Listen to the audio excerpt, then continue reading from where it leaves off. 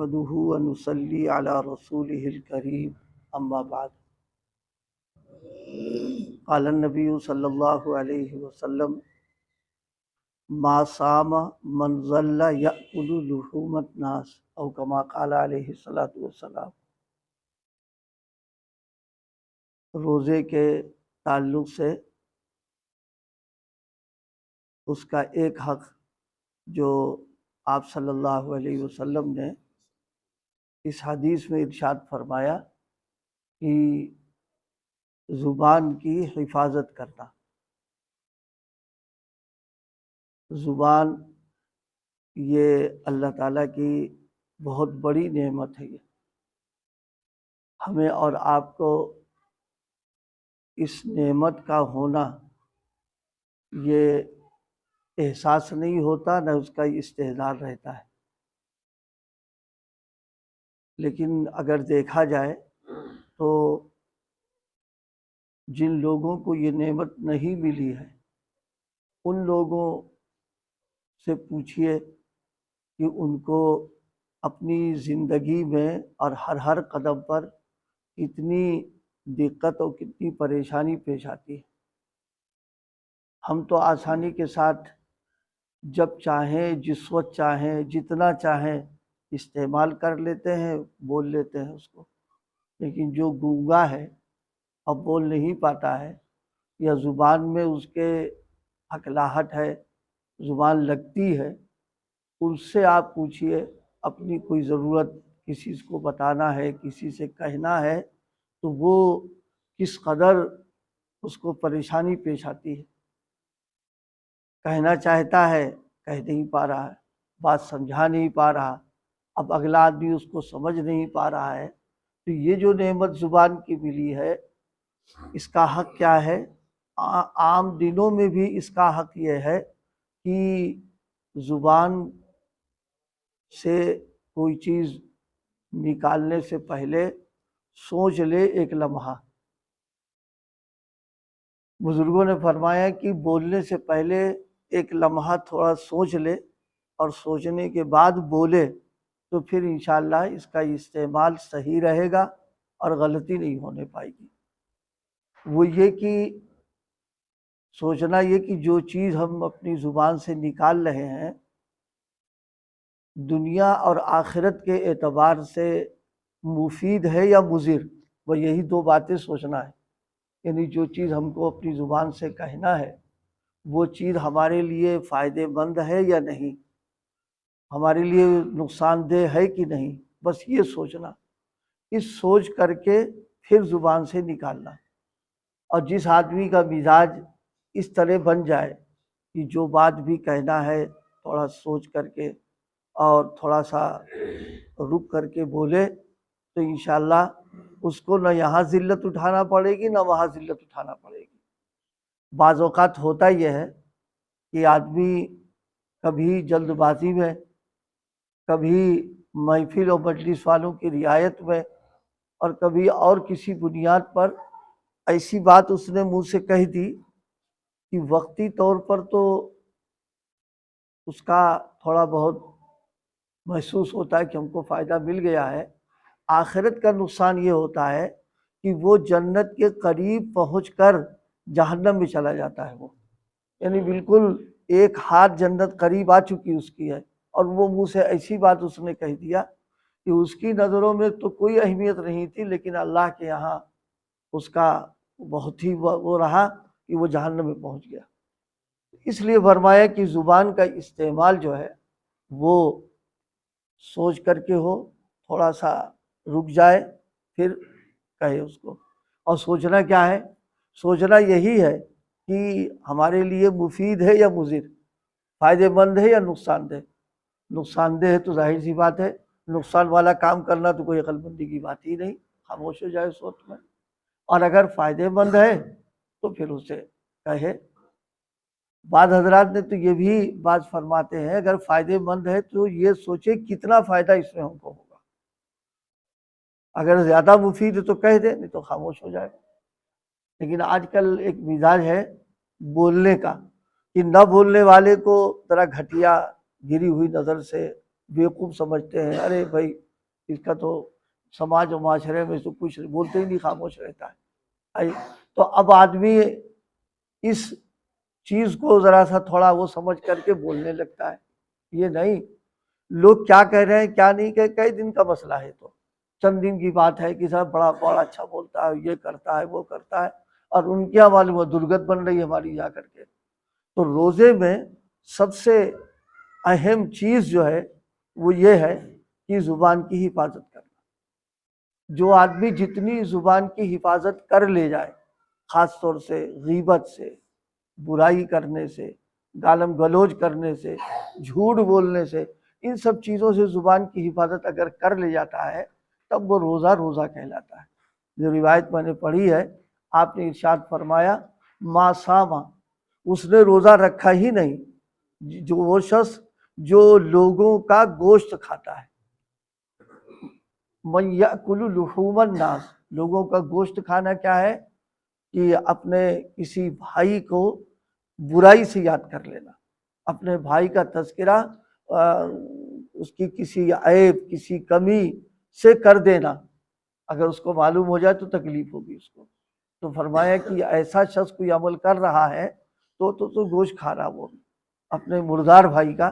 آپ نے فرمایا ما صاما، روزہ نہیں اس کا۔ روزہ نہ ہونے کا مطلب کیا ہے کہ اب وہ اللہ کے نزدیک جو ہے وہ مفتی صاحب تو کہہ دیں گے تمہارا روزہ ہو چکا ہے۔ وہی ایک شخص جو جان نکل چکی ہے تو کہیں گے انسان پڑا ہوا ہے وہ تو، لیکن ظاہر ہے عقل مند آدمی اس کو تو مردہ کہے گا۔ وہ بالکل روزے کا حال یہی۔ آج ہم لوگ روزہ رکھتے ہیں لیکن ہماری سب سے بڑی کمی یہ ہے کہ اپنے روزے کو ہم بیکار کر رہے ہیں، زبان کو استعمال کر رہے ہیں، غلط۔ اور دیکھیے ایک عجیب سی بات ہے، زبان میں آدمی ہاتھ چلائے، پیر چلائے، دماغ لگائے، آنکھوں سے کسی چیز کو دیر تک دیکھتا رہے تو طبیعت اس کی ایک دم بھر جاتی ہے اندر سے، اور ہاتھ پیر تو تھکنے بھی لگتے ہیں۔ لیکن زبان ایک ایسی ہے کہ قینچی سے صبح شام تک چلتی رہے، نہ یہ تکان میں آئے گی اور نہ اس پر کوئی بوجھ ہوگا، چل رہی ہے وہ۔ یہ اللہ نے اس کو عجیب سا بنا رکھا ہے۔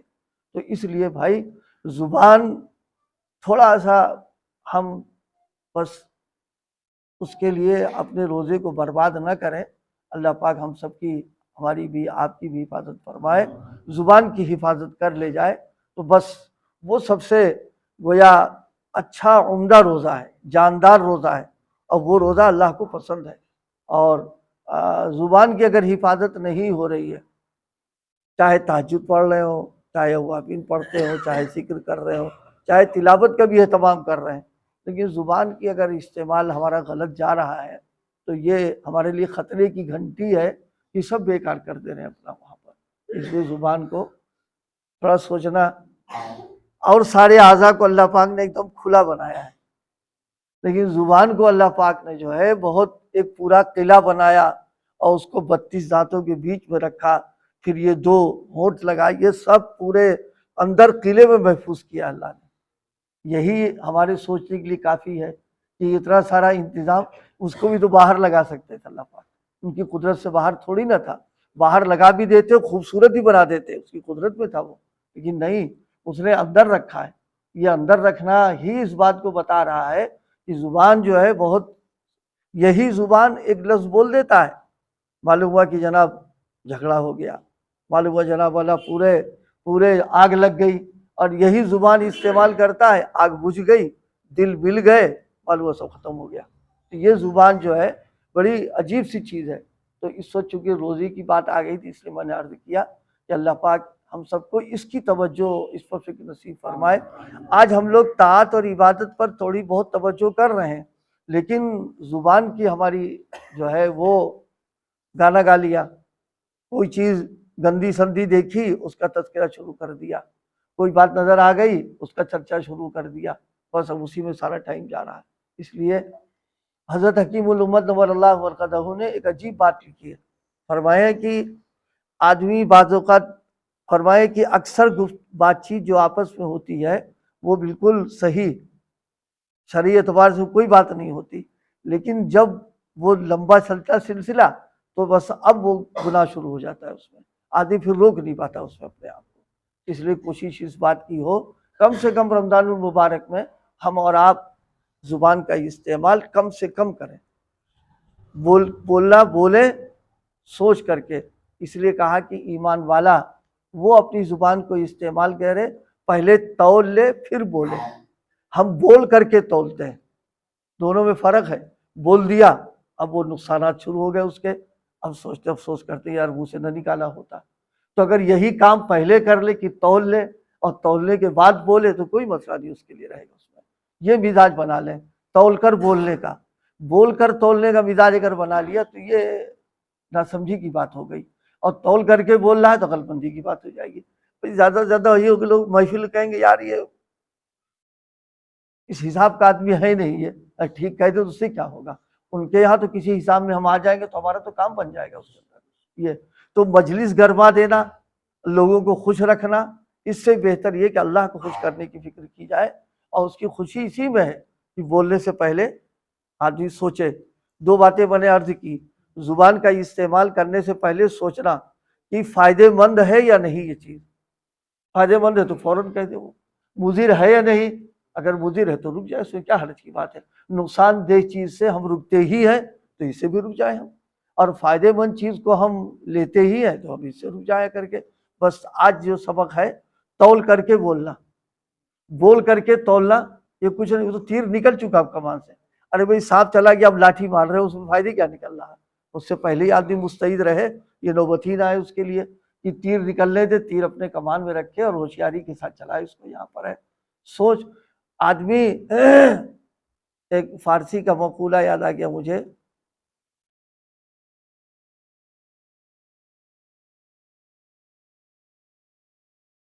کہ وہ پورا اشعار نہیں یاد آ رہا ہے، اس کا حاصل یہ ہے کہ آدمی کی باتیں موتی، عدن ایک جگہ ہے وہاں کا موتی بہت مشہور ہوتا، قیمتی مشہور۔ کہا کہ آدمی کی گفتگو اور بات چیت اس موتی جیسی قیمتی اگرچہ ہے، لیکن اگر زیادہ بولتا ہے تو دل مردہ ہو جاتا ہے اس کا، دل جو ہے بے جان، کیفیت ختم، اور بالکل جو ہے ختم معاملہ ہو جاتا ہے۔ دل کا اور زبان کا ایک بڑا عجیب رابطہ ہے۔ پورے پورے پورے جو ہمارے یہ جو اعضاء بنائے ہیں اللہ پاک نے، جوڑ 360 جوڑ رکھے ہیں، ان میں سے کسی کو دل کا وہ نہیں بنایا ترجمانی کرنا۔ یہ ہم نے اردو کے لفظ پتہ ہے کیا آپ لوگ سمجھ پائے کہ نہیں پائے، دل کی ترجمانی کے لیے صرف زبان کو اللہ نے رکھا ہے اور کسی کو نہیں رکھا ہے، اور دل بادشاہ ہے، اور بادشاہ کی نمائندگی جو ہے وہ ایرے غیرے نہیں کرتا ہے، بہت خاص آدمی ہوتا ہے جو اس کی نمائندگی کرتا ہے وہ۔ تو اب ظاہر ہے یہ نمائندگی کرنے والا گڑبڑ سڑبڑ کرے گا تو دل کا نستی مار دے گا، وہ تو بادشاہ کا راز فاش کر دے گا، اسے تو نقصان پہنچ جائے گا۔ اس بنا پر دل کی حفاظت، دل کا جاندار رہنا، روحانیت کا باقی رہنا، اور دل میں طاقت رہنا، ایمان، محبت و معرفت، یہ زبان کی حفاظت پر ہے۔ یہ زبان سے اگر نکال دیا تو بات سب خراب ہو جائے گی اس میں۔ اللہ پاک ہم سب کو عمل کرنے کی توفیق عطا فرمائے۔ صرف زبان کی حفاظت اگر اس میں کر لے جائیں تو انشاءاللہ بہت نفع ہوگا، اور پھر روزے کا ہم کو فائدہ بھی ملے گا۔ ذکر کر لیں۔